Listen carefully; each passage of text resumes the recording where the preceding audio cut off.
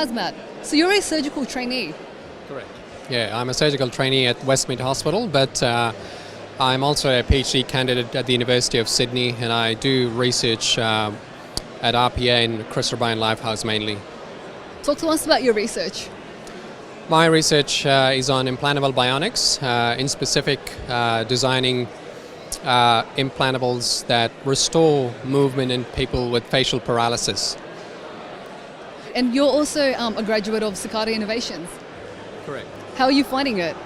Oh, it's been a really informative experience. I've learned a lot, and I'm very fortunate to have come here at a very early stage in my career. I look forward to using all the skills and experiences I've learned here down the track.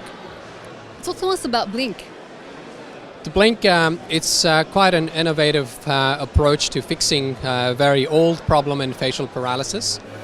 It's an implantable device, a mechanical device that restores movement, in particular the eyelid, in patients with facial nerve paralysis. These patients, they're quite a, it's quite a debilitating condition. They have a constellation of symptoms, but the priority is the eye, because they can no longer close the eye, which means their eye progressively becomes dry, scarred, and infections, and over time they lose vision in the eye. So we have started designing a product that restores eye closure or blinking in this in facial paralysis.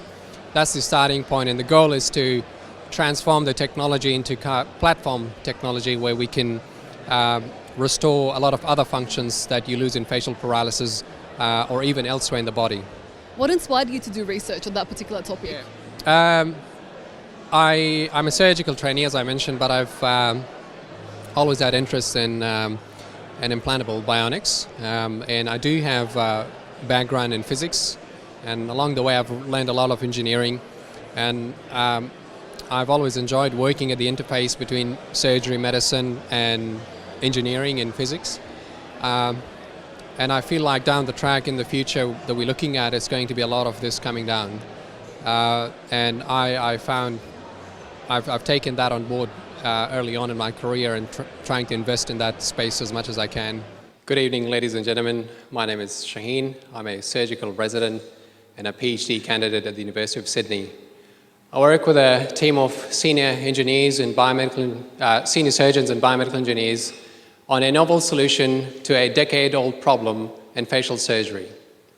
The image I'm sharing with you on the screen shows a lady with left-sided facial nerve paralysis.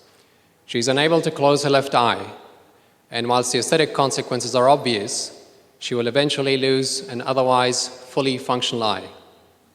A person has to blink up to several hundred times each minute in order to keep the surface of the eye healthy and hydrated. This is a gift of nature lost in these patients. But the problem I want to bring to your attention is the lack of our ability to treat this condition. The most we can do for these patients today is a 70-year-old technique of implanting a piece of metal into their top eyelid to achieve some eye closure if we can balance the weight correctly. And when all fails, we stitch their eyelids shut permanently. The last 5 decades has seen the introduction of numerous surgical techniques to avoid this outcome, but to no avail.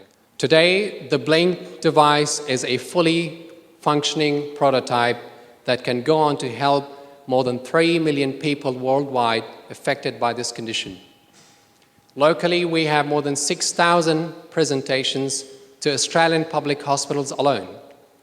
Outside of hospitals, these patients are seen visiting a range of clinicians, yet not a single one of them gets treated for restoring blinking.